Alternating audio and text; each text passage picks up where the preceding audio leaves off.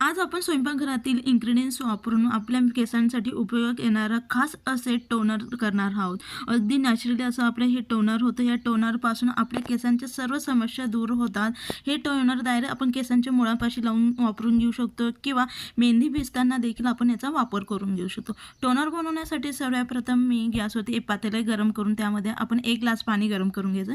मेथीचे दाणे, लवंग, दालचिनी, चहा पावडर टाकून आपण 1 ग्लासचं अर्धा ग्लास पाणी होईपर्यंत याला उकळून घ्यायचं.